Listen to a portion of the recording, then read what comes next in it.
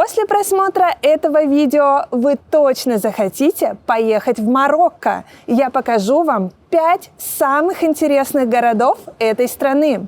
Я отправилась в путешествие по Марокко своим ходом. Что посмотреть, где остановиться, что попробовать и где поесть. Поделюсь личным опытом и дам полезные советы. Марокко веками было перекрестком цивилизаций.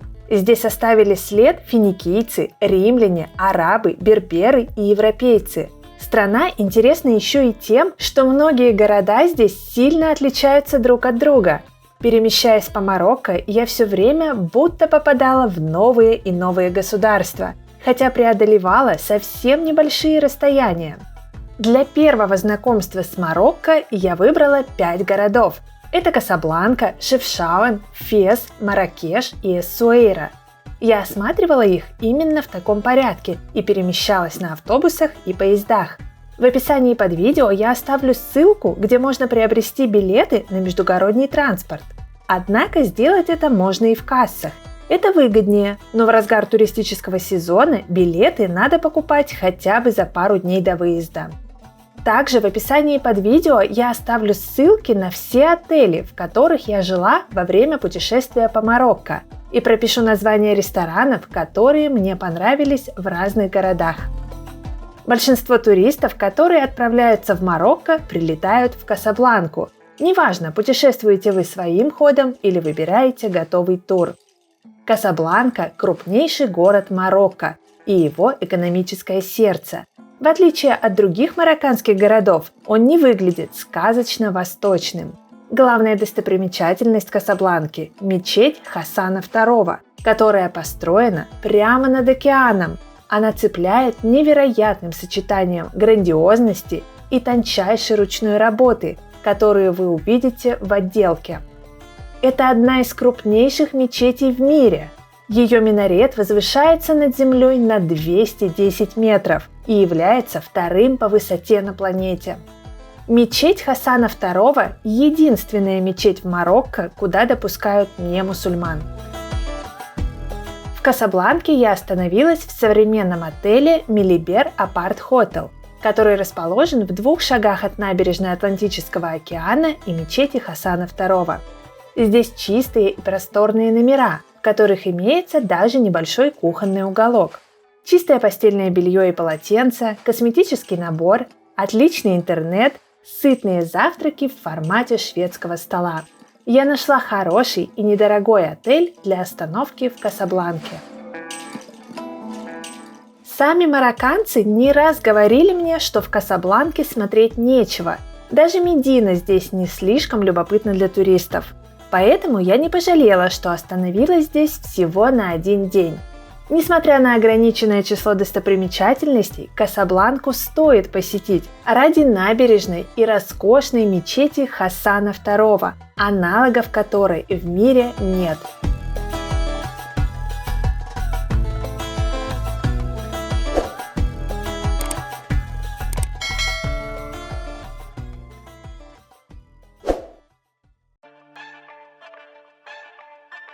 Из Касабланки я отправилась на автобусе в Шефшауэн, знаменитый синий город Марокко.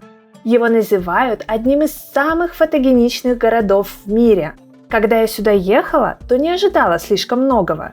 Я думала, что его синеву преувеличивают. Но оказалось, что город на самом деле полностью окрашен в небесные оттенки, даже за пределами туристических троп. Если краска где-то потускнела, это значит, что ее скоро обновят.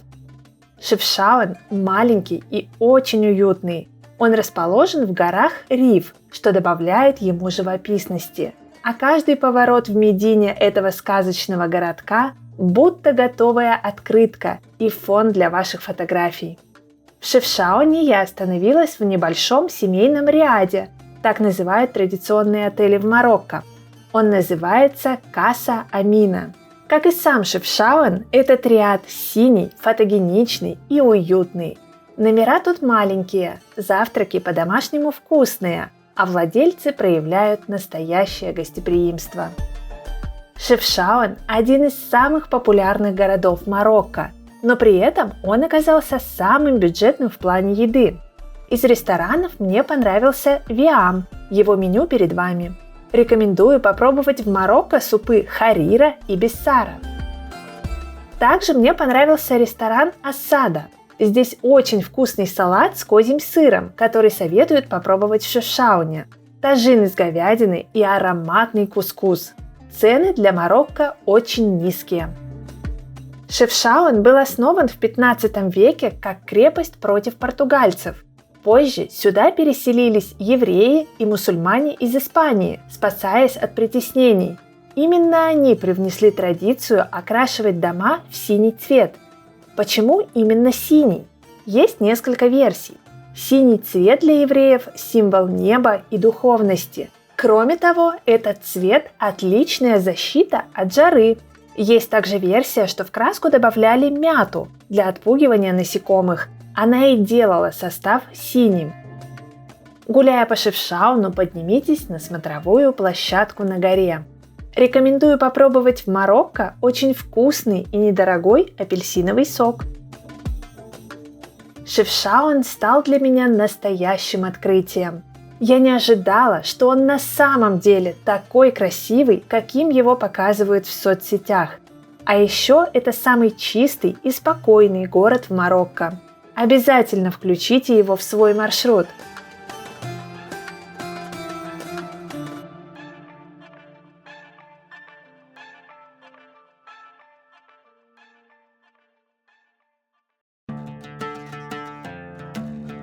Неподалеку от Шефшауэна находится один из самых колоритных городов Марокко – Фес.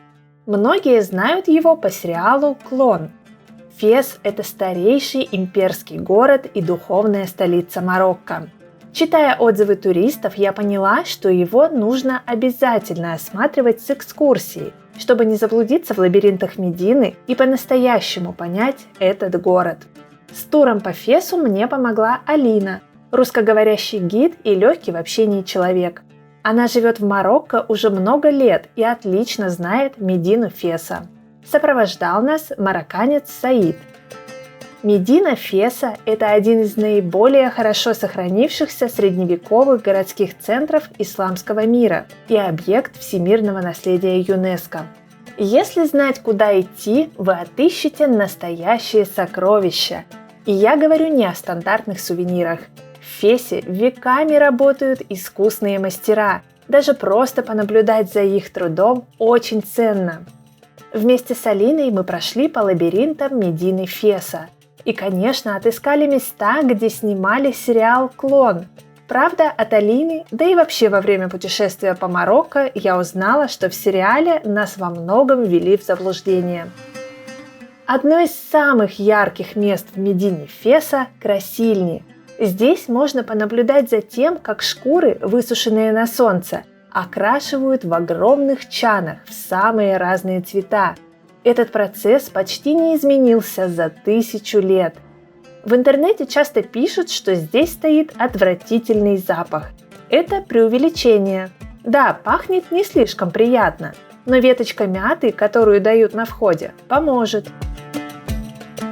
Фес – древний город, который был основан в IX веке и быстро стал центром исламской науки и культуры. Здесь находится старейший университет мира – Аль-Карауин, который был основан в 859 году. Кроме того, Фес славится историческими медресе – школами, где изучают Коран. Еще одна причина посетить Фес – ткацкие мастерские. Здесь можно узнать о марокканском шелке, пощупать изделия из шерсти, понаблюдать за работой мастеров и полюбоваться невероятными узорами, которые они создают. На экскурсии мы заглянули в берберскую аптеку. Здесь продают натуральные средства для красоты и здоровья.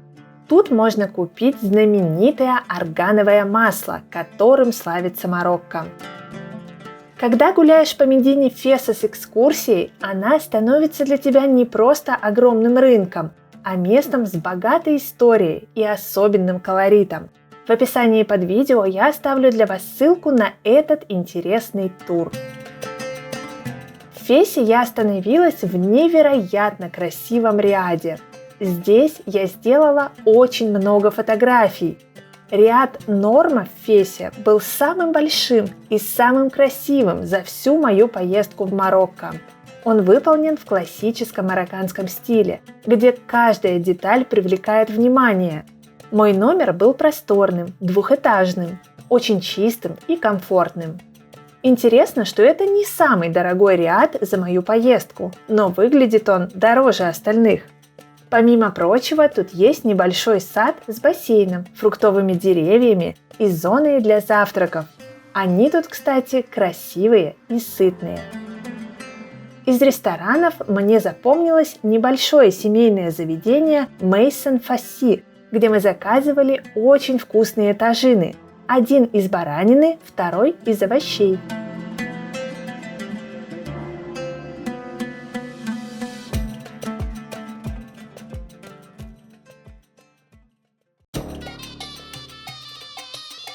Из Феса я уехала в Марракеш на поезде. Марракеш – один из самых ярких городов страны, основанный в XI веке. Интересно, что название страны Марокко произошло именно от Марракеша. Город яркий, колоритный, притягательный. Жизнь тут по-настоящему кипит. Вот где тот самый восточный колорит. Гуляя по Медине Марракеша, вы поймете, почему его называют оранжевым городом. Терракотовые дома и переулки делают его не похожим ни на один другой город Марокко.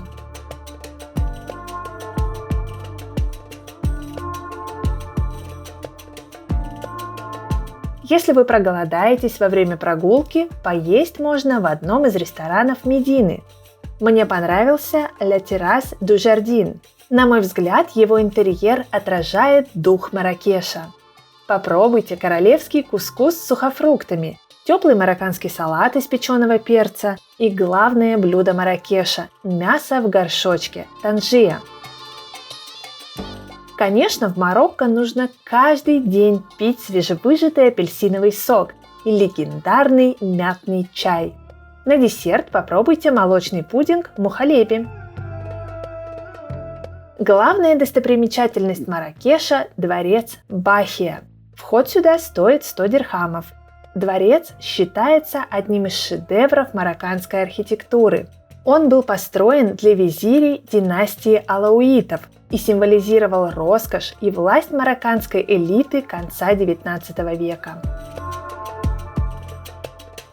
Интересное место в Марракеше – мечеть Аль-Кутубия или мечеть книготорговцев. Она отличается великолепным минаретом высотой 69 метров. Интересно, что он стал прототипом башни Хиральда, которая считается символом испанского города Севилья.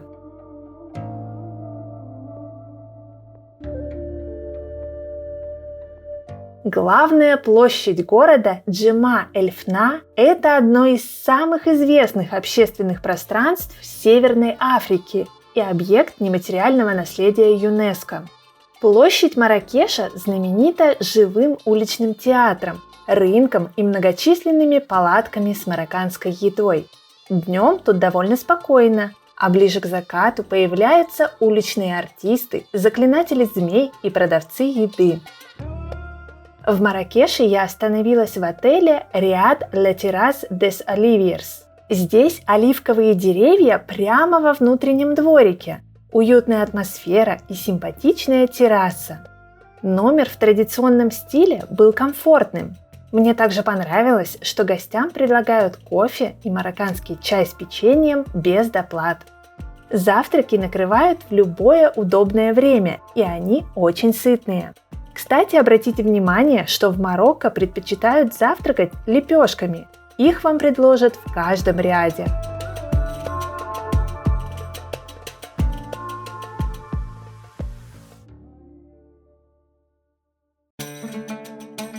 После шумного и жаркого Марракеша мне было особенно приятно оказаться в спокойной Эссуэйре. Этот город пахнет океаном. Повсюду слышны крики чаек, которые требуют свежую рыбу у местных рыбаков. На уютных улочках Медины дремлют коты, и жизнь течет неторопливо. Эссуэйра – типичный город на побережье, где никто никуда не спешит. Даже туристы здесь не носятся по достопримечательностям, а просто гуляют.